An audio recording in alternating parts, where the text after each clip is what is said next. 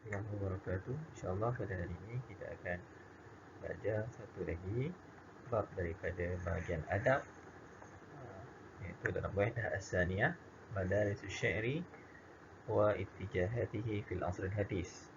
Itu surat 38, 39, 40 tu. Baik, iaitu apa dia Madarisus Syi'ri, sekolah-sekolah syair ataupun disebut sebagai aliran syair pada zaman moden. Zaman moden merujuk kepada Asrul Hadis, merujuk kepada zaman selepas Osmani. Selepas Osmani. Sebab bila Mesir keluar daripada Osmani, maka dia telah masuk kepada zaman Al-Asrul Hadis. Baik, insyaAllah kita sama-sama lihat sebentar lagi. Baik. Dalam Wahdah As-Saniyah ini, Madarisus Syi'ri wa Ittijahatihi fil Asr Hadis. Madarisus Syi'ri tanqasimu ila isnain. Bagi pada dua, iaitu bahagian pertama sebelah kanan, bahagian kedua sebelah kiri. Sebelah kanan ini teranya ialah Madrasah Al-Ihya wal Ba'as dan juga Madrasah Al-Muhafizin. Kedua-dua madrasah ini dia berada di bawah, dia disebut juga sebagai Madrasah Al-Klasikiyah. Madrasah Klasikiyah merujuk kepada aliran syair era klasik. Di sana bila ada era klasik, mana ada era baru. Yang baru ni antaranya adalah Madrasah Ad-Diwan, Madrasah Tajdid Qabla Madrasah Ad-Diwan, Madrasah Al-Mahjar, juga Madrasah Apollo. Yang disebut sebagai Madrasah Ar-Romansiyah ataupun dia juga menyebut sebagai Madrasah At-Tajdid, pembaharuan. Okey. Baik, yang pertama kita masuk pada Madrasah Al-Ihya wal Ba'as. Aliran Ihya wal Ba'as. Apa dia Ihya wal Ba'as ni? Ihya mana menghidupkan kembali dan juga bangkit. Aliran hidup dan bangkit. Raiduha Mahmud Sami Al-Barudi. Pelopornya adalah Mahmud Sami Al-Barudi. Ingat tak lagi Mahmud Sami Al-Barudi?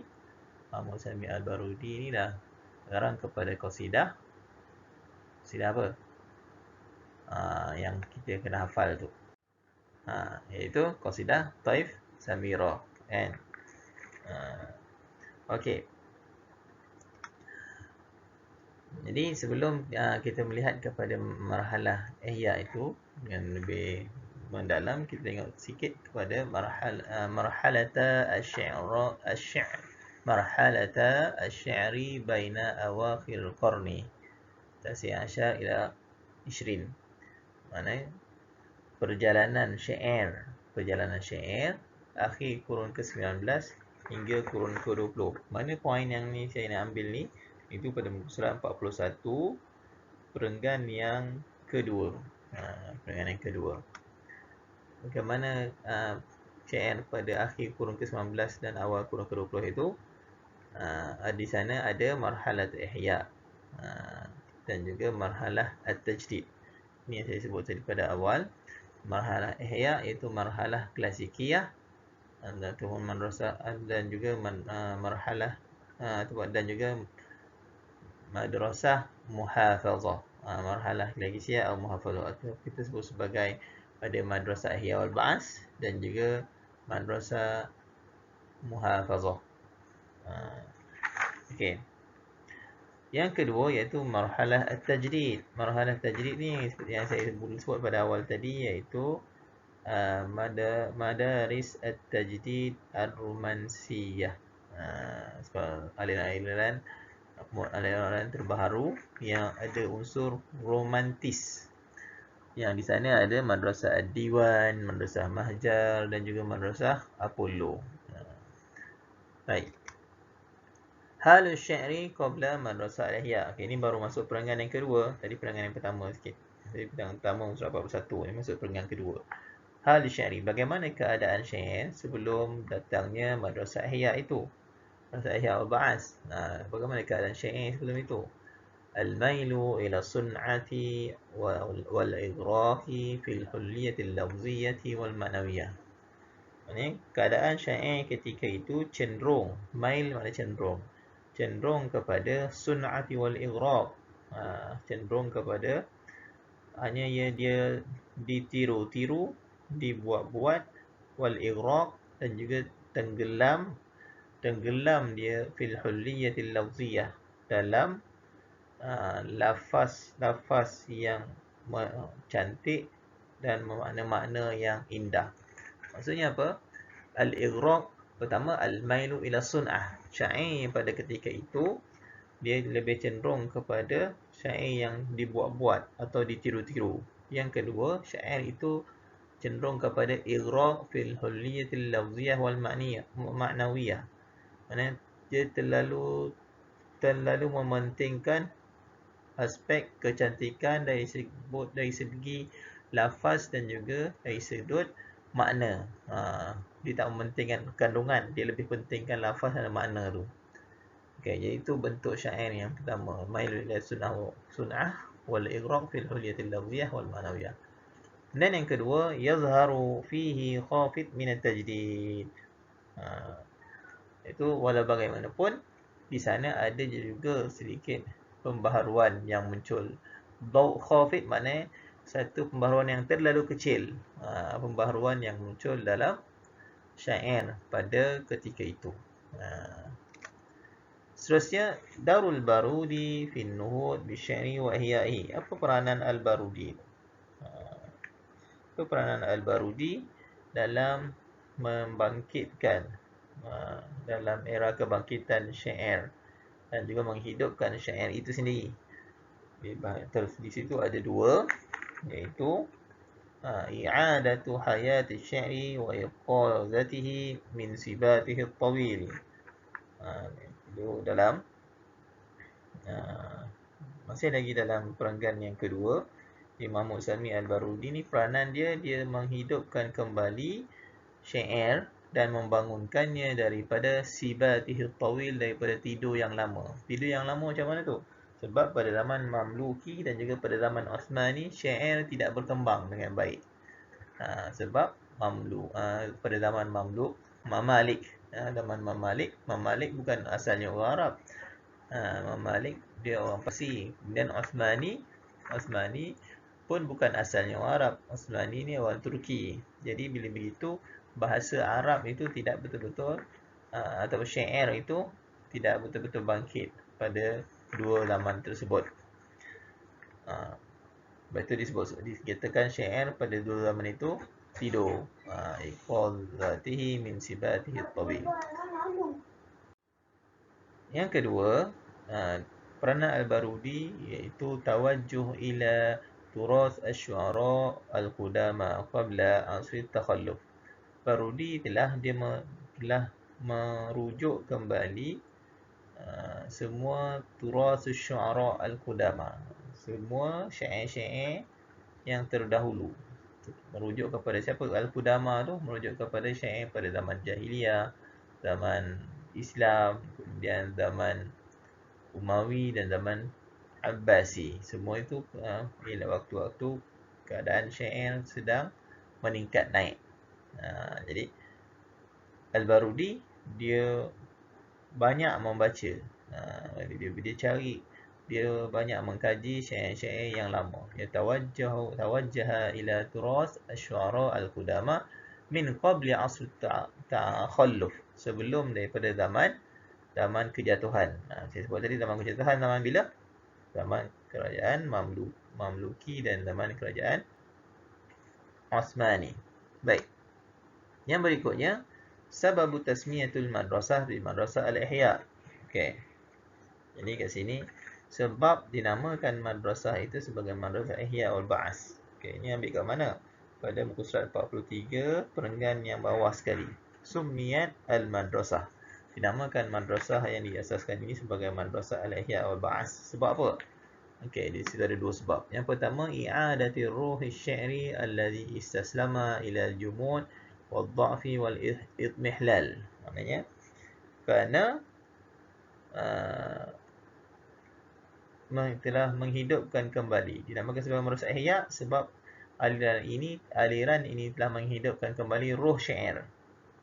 yang istaslama ila jumud, menghidupkan roh syair dan menyelamatkannya daripada keadaan yang jumud, keadaan yang ad-dha'fu wal idmihlal. Idmihlal tu maknanya hancur, zaman kehancurannya dahulu. Okey. Kemudian yang kedua, iltizamu syi'ri ala nahjil qudama fi usur izdiharihi yumasilu bi'san wa ihya'an lisyi'ri al-arabi min jadid. Maksudnya iltizamu syi'ri, maknanya syair aliran ini telah mengikut jejak langkah atau mengikut kaedah Nahjul Qudama, mengikut kaedah para penyair yang terdahulu pada fi asfi usuri izdiharihi, pada zaman kebangkitannya. Saya sebut tadi zaman kebangkitannya bila? Zaman Islam, zaman Umayyah dan juga Umawi dan juga zaman kerajaan Abbasi.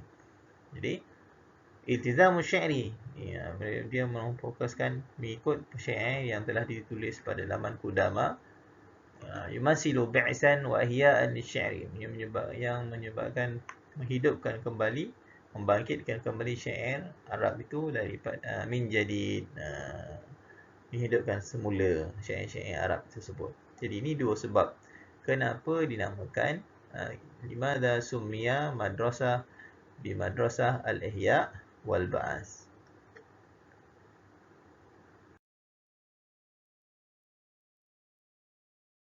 Pada madrasah ihya wal ba'as. Pertama, sekarang kita tengok kepada khasais syairi madrasah ihya wal ba'as. Apa keistimewaan syair madrasah ihya wal ba'as ni? Baik, untuk melihat kepada keistimewaan syair madrasah ihya wal ba'as ini, kita tengok semula kepada surat 41. Nampak ada 4 Ustaz ni, kita ada 4 dekat belakang. Ikut je lah. Kalau kan nak baca satu-satu kan dia macam kitab turus. Dah tak jumpa point. Okey, khasais syairi madrasah ihya ba'as pada perenggan yang ketiga muka surat 41 itu. Okey, pertama, rasinun qawiyun fil ibarat wal alfaz. Maksudnya ibarat dan juga lafaz-lafaz yang digunakan rasinun qawiyun. Rasin maknanya kuat, mantap dan kuat. Ibarat dia sangat mantap lah. Terus matinun fil uslub. Tadi segi sudut ibarat dan alfaz. Yang kedua dari sudut uslub, gaya bahasanya matin. Matin maksudnya apa sama, mantap juga. Matinun fil uslub. Jazlun fit tarakib. Tarakib merujuk kepada setiap tarkib susunan lafaz itu jazlun. Jazlun maknanya sama hebat. Hebatlah. Sofiyun fil akhilah. Sofiyun fil akhilah. Dia punya khayalannya sofi. Al-akhilah sofiyah. Khayalannya suci, bersih. Kemudian syarifun fil ma'ani, makna yang sangat, makna yang mulia. Kemudian musyrikun fi dibajah. Musyrikun fi dibajah maksud buatannya atau ciptaan syair itu bersinar. Musyrikun, hebatlah. Mana produk syair yang dihasilkan betul-betul hebat. Baik, yang berikutnya kita tengok pada mimma sa'adahu ala mujarad wa muhakah wa mu'aradah al-qudama. Apa maksudnya? Poin tu, mimma sa'adahu, apakah perkara-perkara yang membantu. Hu merujuk siapa? Pada Mahmud Sami Al-Barudi lah. Apakah perkara yang membantu Mahmud Sami Al-Barudi membuat syair ataupun mujarad. Mujarad maknanya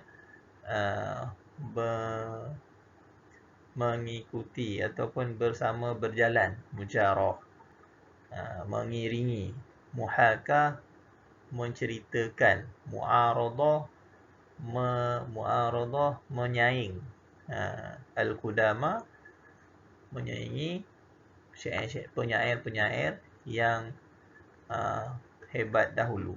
Apakah yang membantu Mahmud Sami Al-Barudi membuat syair sampai dia boleh sama level, mengikut level-level yang telah dilalui oleh para penyair-penyair yang penyair-penyair hebat yang terdahulu, iaitu merujuk kepada zaman sebelum kerajaan Mamluki dan juga Osmani.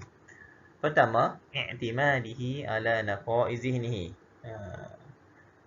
Kerana dia berpegang kepada pemikirannya yang bersih. Okey, jadi sebelum tu tengok mana saya ambil poin ni. Poin ni adalah pada muka surat 43 perenggan yang kedua. Bukan. Perenggan yang ketiga. Muka surat 43 perenggan yang kedua.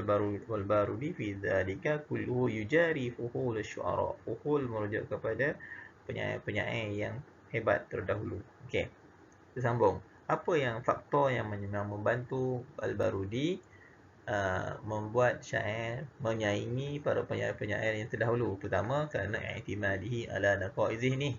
Kerana pemikiran dia, minda dia bersih. Dia menggunakan minda bersih dia. Kemudian qiraatihi wa hifzihi jayyidul asy'ar. Dia banyak membaca dan menghafal syair-syair yang bagus-bagus. Syair-syair yang hebat-hebat dia banyak hafal. Semua dalam kepala macam Quran lah, hafal cair kan. Okey. Kemudian yang ketiga, tatalamadza ala yad Syekh Husain Mursafi. Itu dia telah belajar dengan Syekh Husain Mursafi. Baik, siapa Syekh Husain Al-Mursafi ni? Ialah seorang sastrawan pada zaman Hudaywi Ismail. Yang mana dia mengajar di Madrasah Darul Ulum yang dibuat pada zaman Hudaywi Ismail itu. Jadi Mahmud Sami Al-Barudi ni adalah anak murid kepada Syekh Husain Mursafi yang merupakan sastrawan. Maka sebab itu dia terkesan banyak dengan Syekh Husain Mursafi dan membuat syair-syair yang hebat. Baik, yang berikutnya kita lihat pada Mujaratul Barudi Asy-Syu'ara Al-Qudama. Bagaimana Barudi dia menyaingi mengikut level-level yang dilalui oleh para penyair Al-Qudama ni. Okey, sebelum tu siapa dia Syu'ara Al-Qudama yang diikuti oleh Al-Barudi? Baik, kamu boleh tengok pada dalam buku surat 43 tu, perenggan yang ketiga, baris yang kelima. Antara mereka ialah Umrul Qais, Nabirah, Antarah, Abi Tamam, Mutanabbi, Bahtari dan juga Syarif Ridha, Ibnu Zaidun dan juga Ibnu Khafajah. Ini semua adalah penyair-penyair yang hebat, yang hidup pada zaman sebelum dari zaman kalau Umrul Qais itu zaman Jahiliyah, dan Nabirah, Antarah tu zaman era Islam, Abi Tamam dan seterusnya.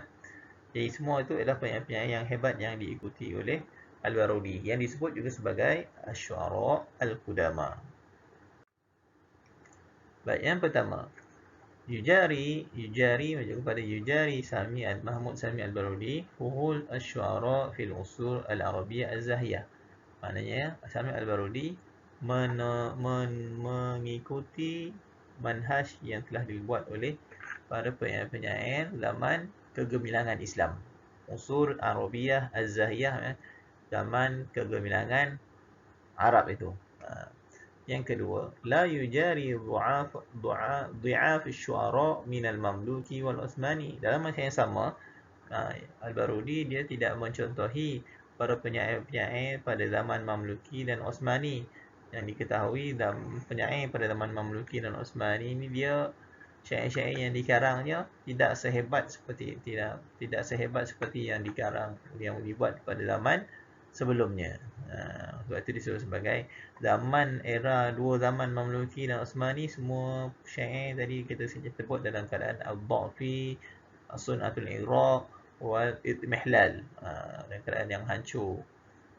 Sebab sastra Arab ketika itu tidak diangkat, tidak dipandang tinggi. Okey. Yang seterusnya, faktor yang ketiga, bagaimana Barudi boleh mengikut Syu'ara Al-Qudama ini. In kana yujarihim lakinnahu lam yuqallidhum. Walaupun Al-Barudi mengikut langkah-langkah kata menuntuni langkah-langkah manhaj yang dibuat oleh para penyair-penyair terdahulu, lakinnahu la yuqallidhum, tapi dia tidak mengikut mereka bulat-bulat. Tidak taklid lah, tidak taklid semata. Innama yunafisu ma'ahum fil ma'na wal akhilah. Tetapi sebaliknya Al-Barudi yunafisu, seolah Barudi ni dia yunafisu ma'ahum. Al-Barudi seolah menyaingi, berlumba dengan mereka ini dalam menyampaikan makna dan juga mempersembahkan makna dan juga khayalan yang lebih indah. Maksudnya yunafisu ma'ahum fil ma'na wal akhilah. Dan yang terakhir, qad jara wa haka wa arada syu'ara al-qudama. Seperti dia kata, oleh itu Al-Barudi tu dia jara, qad jara. Al-Barudi dia berjalan bersama. Wa haka mencerita bersama, sama-sama bercerita. Wa arada dan sama-sama menyampaikan arada dan juga dia meletakkan diri dia dalam level arada syu'ara al-qudama. Sama saya menyaingi para penyair-penyair yang terdahulu. Maksudnya dia bukanlah meninggalkan terus, tapi dia ikut, dan tapi dia buat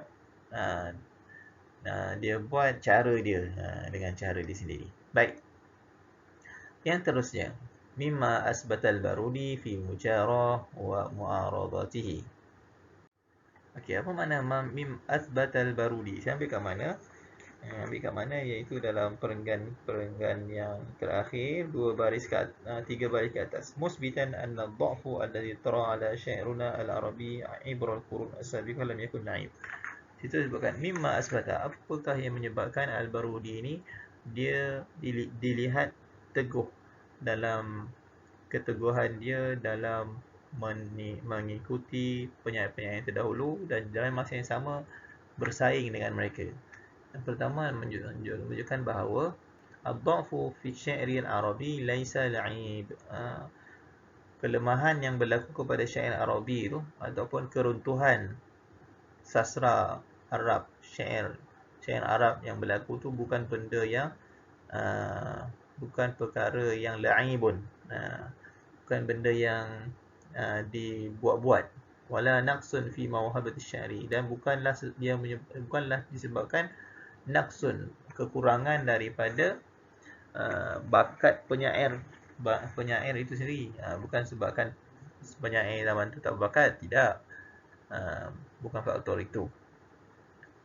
Tapi disebabkan memang berlaku, benda tu berlaku bukan sebab individu, tapi berlaku seluruh zaman, dua zaman itu, Mamluki dan zaman Osmani. Kedua-dua zaman itu berlaku kejatuhan syair sastra Arab itu.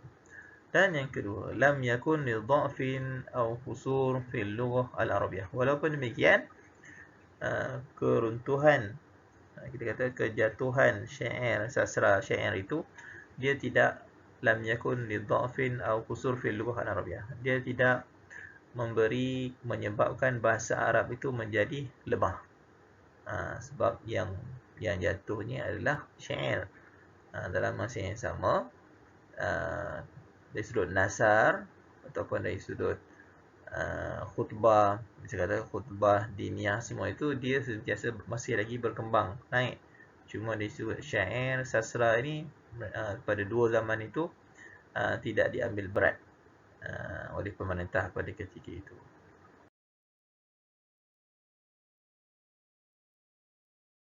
Tiga tu, situ adanya mazahirut tajdid fi syairi indal Barudi.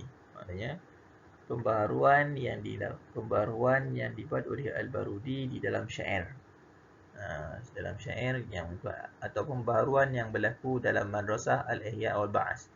Ada 3 pembaharuan yang berlaku. Yang pertama, alfadhus syairi wa asalibihi, kemudian mawdu'at syairihi dan juga khayali. Tengok satu-satu. Satu pada alfadhus syairi, lafaz syair dan juga gaya bahasanya.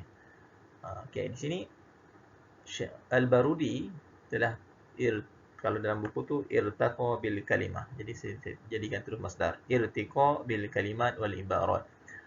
Maksudnya dia telah memilih kalimah-kalimah dan juga ibarat-ibarat min ad-dha'f wal ibtidal ila sihhat at-tarakib wa quwwatiha.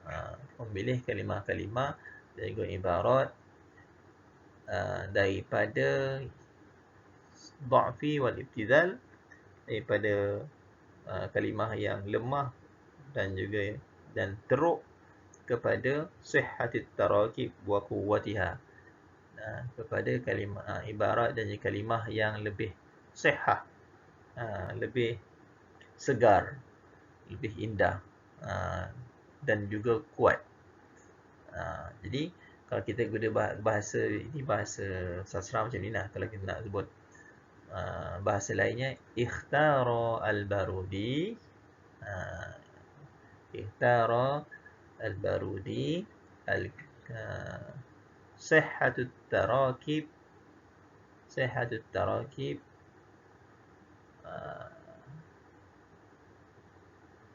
wa sihhatut tarakib wa quwwatiha wal quwwah fil kalimat wal ibarat. Ataupun ikhtara al-Barudi al-kalimat wal ibarah as-sihhah, sihhat fi sihhatit tarakib wa quwwatiha. Itu pun boleh dapat, maknanya memilih kalimat-kalimat dan ibarat yang kuat, yang segar dan kuat. Itu. Tapi kalau maksudnya penting, kena juga sebut min ad-dha'f wal ibtidal tu. Maknanya dia memilih lafaz-lafaz dan kalimah dan juga ibarat yang lebih segar daripada kalimah-kalimah yang lemah dan juga kalimah yang ibtizal tadi, maknanya yang teruk, yang hina. Dan dipilih kalimah-kalimah yang cantik-cantik dibuat dalam syair pertama. Yang kedua, irtifa' min takallufil badi' illa rasanah wa taharrur. Maknanya al-Barudi telah irtifa', maknanya dia membuat syair yang tinggi, yang tidak lagi terlalu bergantung kepada takalluful badi'. Dia tidak terlalu bergantung kepada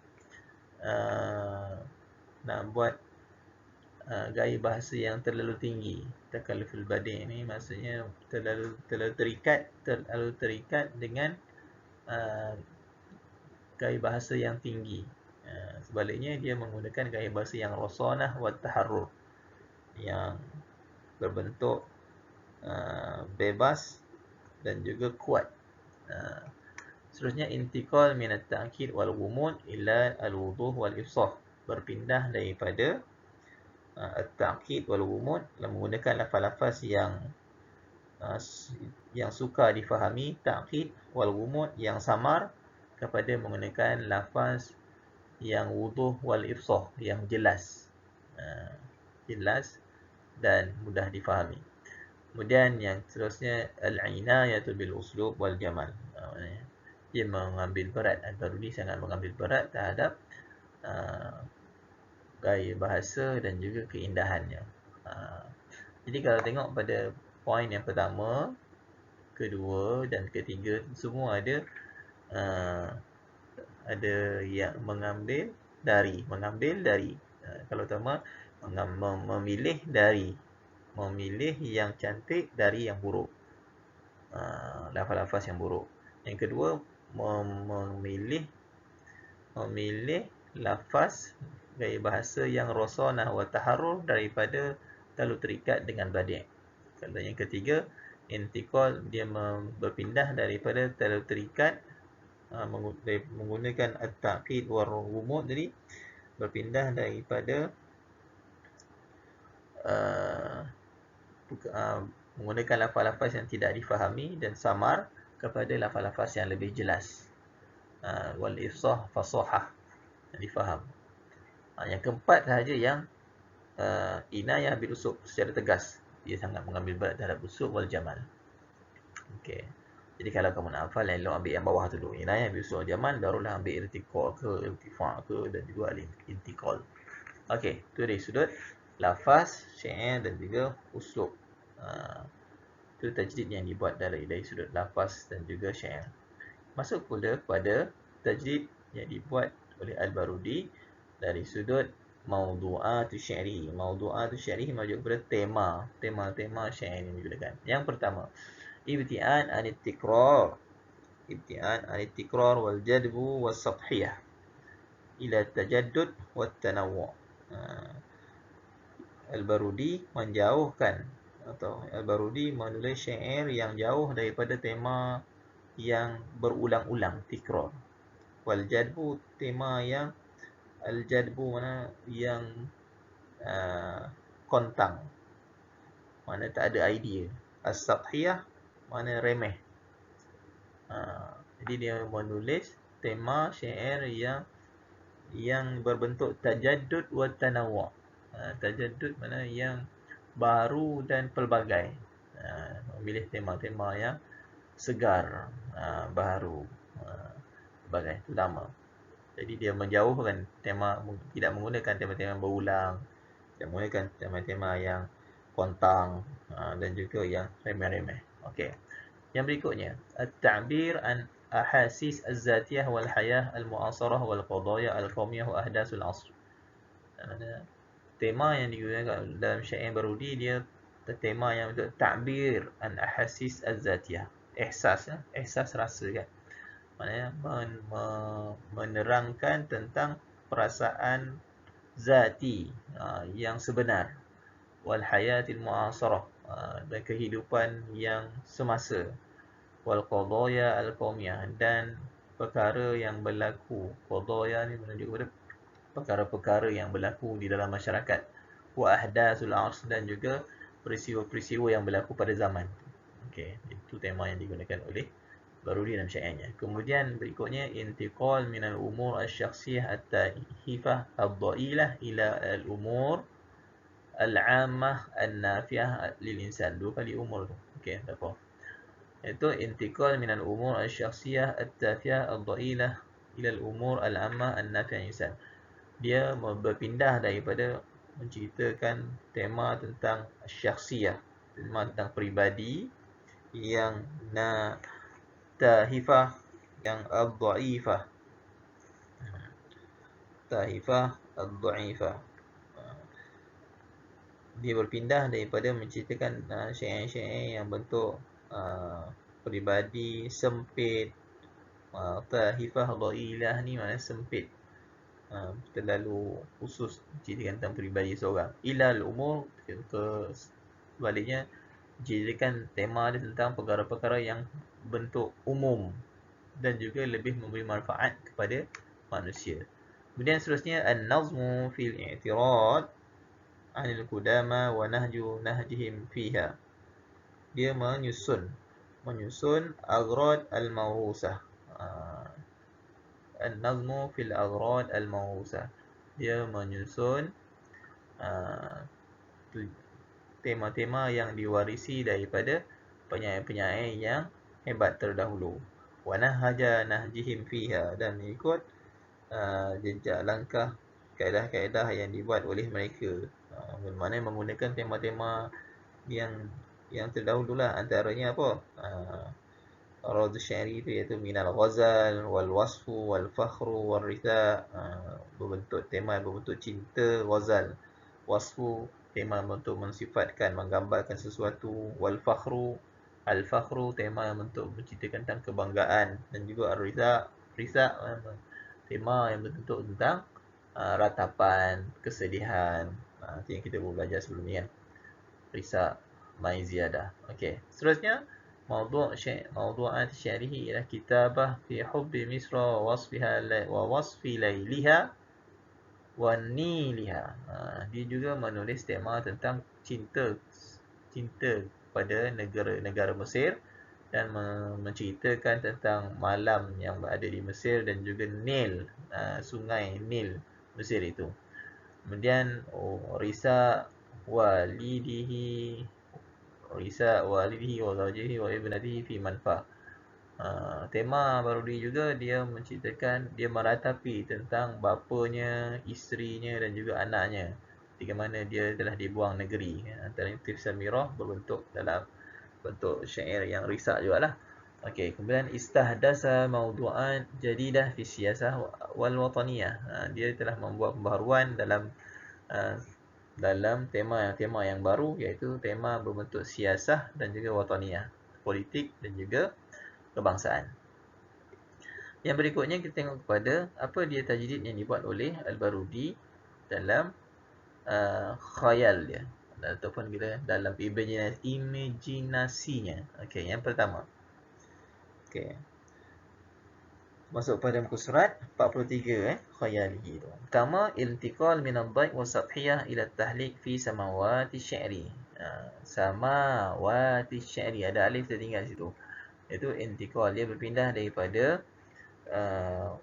syair yang diletak syair yang sempit, ad-dhaik wa sathiyah, sempit dan remeh, kepada tahliq fi samawati syi'ri. Dia terbang dalam langit-langit syair. Maknanya dia menulis tentang khayalan yang dibuat oleh syair ni, syair khayalan yang ada dalam syair Imam Syekh Sami Al-Barudi ni, dia tidak lagi tentang syair-syair yang bentuk sempit, sathiyah, yang berada di landai-landai, tapi dia ceritakan dia punya khayalan tu terbang. Maknanya hebatlah khayalan yang cuba disampaikan. Okey, seterusnya ja'al tashbihat was-si'arah wal kinayah lawha mutaharrikah mar'iyah masmu'ah malmusah. Dalam khayalannya, imajinasi yang dibuat oleh Al-Barudi ni, hingga Al-Barudi telah menjadikan tashbih, isti'arah, kinayah seolah sebagai satu gambar yang bergerak. Satu gambar yang bergerak, mar'iyah masmu'ah malmusah, yang boleh bergerak dan boleh dilihat, boleh didengar dan boleh dicapai. Itu tasbih isti'arah yang digunakan oleh Al-Barudi dalam syair dia. Kemudian intiqal bil atifah min al-burud wal jafaf ila hayawiyah wal harakah wal zatiyah. Berpindah daripada intiqal bil atifah tu, ada alif tu, atifah min al-burud wal jafaf. Berpindah daripada perasaan yang beku dan kontang kepada perasaan yang lebih hidup, hayawiyah, wal harakat zakiyah, wal harakah wal zatiyah, pada perasaan yang hidup, bebas, dan perasaan. Kemudian berikutnya muhafazah musiqa ala wahdatil wazni wal qafiyah zatir raninil qawi. Dia memelihara muzik mengikut satu wazan dan qafiyahnya. Wazan qafiyah yang ada dalam syair Al-Barudi, dia masih lagi mengikut satu wazan dan juga satu qafiyah saja.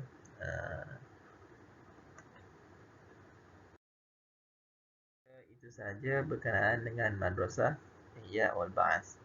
InsyaAllah selepas ini kita akan masuk pula kepada madrasah Al-Muhafizin. Kita sebut tadi madrasah Ihya wal Ba'ats adalah madrasah klasikiyah, atau Muhafizin pun adalah madrasah yang klasik juga. InsyaAllah sahaja. Assalamualaikum warahmatullahi wabarakatuh.